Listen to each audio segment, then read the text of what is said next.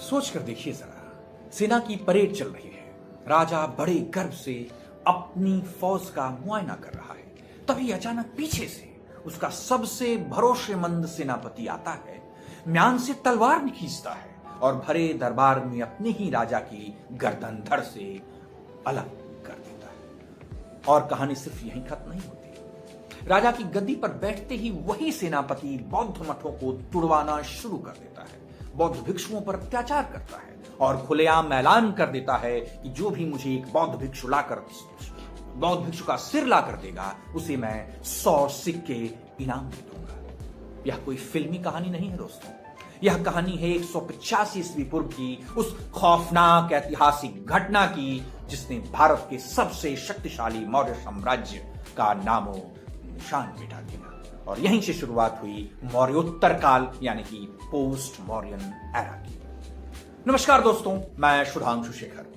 अगर आप बीपीएससी की तैयारी कर रहे हैं तो आपने इस चैप्टर के पन्ने जरूर पलटे होंगे, लेकिन आज हम इसे किताबों की तरह रटेंगे नहीं। आज हम इस पूरे दौर को कहानी की तरह समझेंगे, और ताकि बीपीएससी का एक भी सवाल आपकी नजर से बच न पाए। आज के इस लेक्चर में इस पूरे दौर को समझने के लिए हम 5 सीधे सवालों के जवाब खोजेंगे। पहला सवाल, 185 ईस्वी पूर्व में पुष्यमित्र शुंग ने अपने ही राजा की हत्या करके गद्दी कैसे हथियाई और उसका असली धार्मिक सुख क्या था। दूसरा सवाल, इस उथल पुथल के दौर में भारत पर कौन कौन से बाहरी आक्रमण हुए और कालिदास ने इस यवन युद्ध के बीच कौन सा लव ट्रायंगल यानी कि प्रेम त्रिकोण लिखा था। तीसरा सवाल, शुंग वंश का अंत आखिर कैसे हुआ और मगध का कण्व तथा शातवाहन वंश का कब्जा कैसे हुआ। चौथा सवाल, कुषाण राजा कनिष्क ने सिल्क रूट पर कब्जा कैसे किया और उसने पाटलिपुत्र पर हमला करके किस बौद्ध विद्वान को उठा लिया। और पांचवा सवाल, बीपीएससी की परीक्षाओं में इस टॉपिक से अब तक कौन कौन से कठिन सवाल पूछे गए हैं और उन्हें हल करने की सही ट्रिक क्या है। तो चलिए बिना किसी देरी के सीधे अपने पहले सवाल पर चलते हैं। बात 185 ईस्वी पूर्व की है। अंतिम मौर्य सम्राट बृहद्रथ बहुत कमजोर हो चुके थे। उनके सेनापति पुष्यमित्र शुंग ने मौका देखा, बृहद्रथ की हत्या की, मगध की गद्दी पर शुंग वंश का झंडा गाड़ दिया। बस आपके मन में सवाल ला रहा होगा कि यह पुष्यमित्र आखिर कौन है। अगर हम बौद्ध ग्रंथ दिव्यावदान को पढ़ें तो वह इसे पुष्यधर्म का पुत्र बताता है, यानी कि इसके पिता का नाम पुष्यधर्म था। वहीं बाणभट्ट अपनी किताब हर्षचरित में इसे अनार्य कहते हैं। कुल मिलाकर वह एक बेहद कड़ा और कट्टर ब्राह्मणवादी शासक था। उत्तर प्रदेश के अयोध्या से मिले धनदेव के अयोध्या अभिलेख से हमें पता चलता है कि पुष्यमित्र ने अपने राज में 2 अश्वमेध यज्ञ कराए थे। एक नहीं 2 अश्वमेध यज्ञ यानी राजा की ताकत और संप्रभुता साबित करने वाला विशेष धार्मिक अनुष्ठान। और जानते हैं इन दोनों यज्ञों के मुख्य पुरोहित कौन थे? गेस कीजिए। महान संस्कृत विद्वान पतंजलि। अब यहीं ठहर कर बीपीएससी का एक सीधा सवाल नोट कर लीजिए। 64वां बीपीएससी में पूछा गया था कि महाभाष्य के लेखक पतंजलि किसके दरबार में थे या फिर किसके समकालीन थे। तो सही जवाब है पुष्यमित्र शुंग। हालांकि बौद्ध ग्रंथ उसे बौद्धों का उत्पीड़क कहते हैं, लेकिन इतिहास का विरोधाभास देखिए। दूसरा पक्ष क्या है? मध्य प्रदेश का प्रसिद्ध भरभूत स्तूप बनवाने और सांची स्तूप की लकड़ी की रेलिंग को हटाकर पत्थर की रेलिंग लगवाने का श्रेय ही इसी पुष्यमित्र शुंग को ही जाता है, जो पूरी बौद्ध धर्म से संबंधित ये चीजें हैं। उसके विकास में भी इसका योगदान रहा है। अब जरा सोचिए, जब मगध के अंदर इतनी उथल पुथल चल रही थी तो क्या बाहर के राजा शांत बैठते? बिल्कुल नहीं। मगध पर बाहर से 2 बड़े खतरे मंडराने लगे। पहला खतरा आया उड़ीसा यानी कि कलिंग से। हाथी गुफा अभिलेख बताता है कि कलिंग के महाप्रतापी राजा खारवेल ने मगध पर चढ़ाई कर दी और पुष्यमित्र शुंग को बुरी तरह हरा दिया। दूसरा खतरा था यवनों का यानी इंडो ग्रीक आक्रमणकारियों का। यवन राजा मिनांडर ने भारत पर हमला बोला। इसी मिनांडर और बौद्ध भिक्षु नागसेन के बीच जो दार्शनिक बातचीत हुई उसे मिलिंद पन्हु नामक ग्रंथ में लिखा गया है। यह सवाल बीपीएससी में बार बार दोहराता है मिलिंद पन्हु के बारे में, तो याद रखिएगा।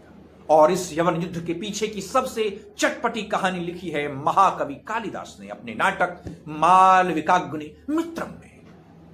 नाम याद रखिएगा, थोड़ा टेढ़ा है, इसको एक बार और सुन लीजिए, मालविकाग्नि मित्रम। इस नाटक में पुष्यमित्र के बेटे अग्निमित्र, जो उस समय विदिशा का गोप्ता मतलब उपराजा था, और मालविका की लव स्टोरी के साथ साथ यवनों पर जीत का पूरा किस्सा मिलता है।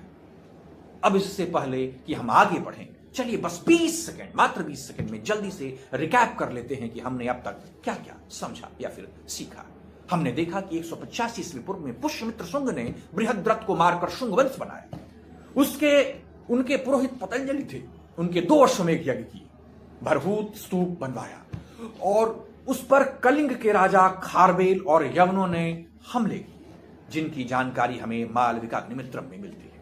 अब देखते हैं कि शुंग वंश का अंत कैसे हुआ और गद्दी पर कौन बैठा।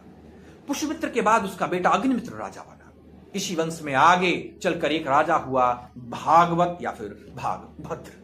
इसके दौर में तक्षशिला से एक यवन राजदूत आया जिसका नाम था हेलियोडोटस। याद रखिएगा नाम, हेलियोडोटस इंपॉर्टेंट है, एग्जाम में आता है। उसने मध्य प्रदेश के विदिशा यानी कि बेशनपुर में भगवान विष्णु को समर्पित एक गर्व स्तंभ खड़ा कराया।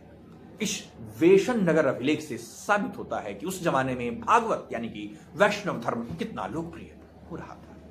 लेकिन कहते हैं ना कि इतिहास अपने आप को दोहराता है। शुंग वंश का अंतिम राजा देवभूति भी एक अयोग्य शासक निकला। उसके अपने ही मंत्री वासुदेव कण्व ने उसकी हत्या कर दी और मगध पर कण्व वंश की स्थापना कर दी। कण्व वंश ने भी कुछ ही साल राज किया और बाद में दक्षिण राजा के आंध्र सातवाहन शासकों ने इन्हें उखाड़ फेंका। अब बात करते हैं पहली शताब्दी की उस दौर की जिसने बिहार के इतिहास को पूरी तरह बदल कर रख दिया। कौन सा वंश? कुषाण वंश। कुषाणों का सबसे प्रतापी राजा था कनिष्क। कनिष्क ने पाटलिपुत्र यानी कि हमारे पटना पर हमला किया और यहां से एक बहुत बड़ी चीज अपने साथ ले गया। वो कोई वस्तु नहीं थी, वह यहां के महान बौद्ध विद्वान अश्वघोष को अपने साथ ले गया। याद रखिएगा नाम अश्वघोष। इसी अश्वघोष ने आगे चलकर बुद्ध चरित लिखा, जिसे बौद्ध धर्म की रामायण का भी कहा जाता है।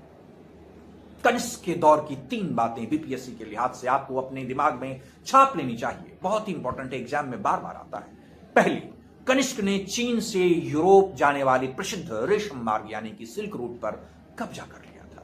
दूसरा, भारत में सबसे शुद्ध सोने के सिक्के कुषाणों ने ही जारी किए। और तीसरा, इसी समय मूर्ति कला की गांधार और मथुरा कला जैसी शैली का विकास हुआ और मनुस्मृति का वर्तमान रूप भी इसी दौर में संकलित किया गया। कुषाणों के बाद मगध पर वैशाली की लिच्छवियों का या शक मुंडाओं का राज रहा और इसके बाद भारत में गुप्त साम्राज्य का महान स्वर्ण काल शुरू हुआ। दोस्तों, अब जरा खुद को परखते हैं और कुछ आज हमने एक कहानी की तरह जो इतिहास पढ़ा है उसको बीपीएससी के सवाल हल करने की हम कोशिश करते हैं। आइए देखते हैं बीपीएससी प्रीलिम्स के 3 महत्वपूर्ण सवाल। पहला, जो 47th बीपीएससी में आया हुआ है, शुंग वंश के बाद किस वंश ने भारत पर राज किया?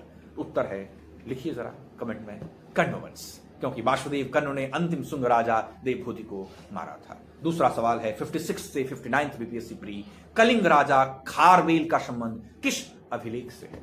उत्तर है हाथी गुफा अभिलेख। बहुत इंपॉर्टेंट क्वेश्चन है ये।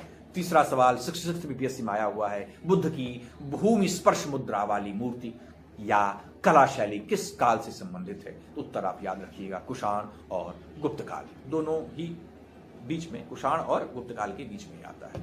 तो दोस्तों, यह था मौर्योत्तर काल का पूरा निचोड़। अगर आप इतिहास को इस तरह कड़ियों से जोड़कर याद रखेंगे तो एग्जाम हॉल में आपको कोई भी ऑप्शन कंफ्यूज नहीं कर पाएगा। अब आप मुझे कमेंट करके बताइए कि आपको क्या लगता है कि क्या पुष्यमित्र शुंग सच में बौद्ध धर्म का विनाशक था या फिर सांची और भरभूत स्तूप का काम करवाकर उसने अपनी छवि सुधारने की कोशिश की थी? अपनी राय कमेंट में जरूर लिखिए। वीडियो अच्छा लगे तो इसे लाइक कीजिए, अपने बीपीएससी साथी दोस्तों को साथ शेयर कीजिए और चैनल को सब्सक्राइब नहीं किए हैं तो कर लीजिए। मिलते हैं अगले क्लास में, अगले वीडियो में। बहुत बहुत धन्यवाद।